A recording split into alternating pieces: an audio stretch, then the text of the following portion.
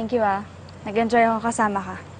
Mas enjoy kesa dun sa Chandler na yun.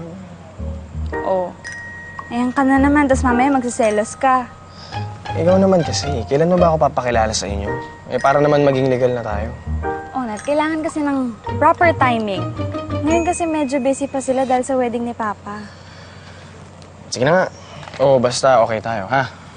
Oo. Ano yan? Kiss. May tawag, dali.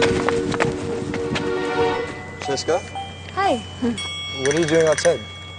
Actually, papasok na talaga ako eh. Hinatid lang ako ng friend ko. Ikaw? I stepped outside for some fresh air, tapos may narinig ako mga tao na nag-uusap. Kaya I checked it out. Baka kami lang yun ng friend ko. Halika na, pasok na sa loob. Okay.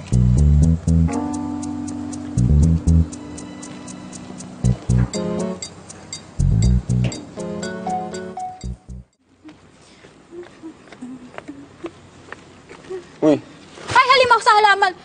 Ano ba naman, Unat? Ba't ka naman nanggugulat? Ano ba ginagawa mo dito? Ba't ka nagtatago siya sa halaman? Natid ko kasi si Cheska. Dumating yung Chandler. Wala, napatago ako dito. So nag-date kayo ni Cheska? Insan sa'yo ko lang sasabihin to, ha? Sige. Dahil pinsan kita. Sige. Maniniwala ka, ha? Sige. Kami na kasi talaga ni Cheska. Kaya? Oo. Maniwala. Maniwala ka, matagal na nga kami. Hindi lang niya masabi dahil hindi pa siya ready sa daddy niya.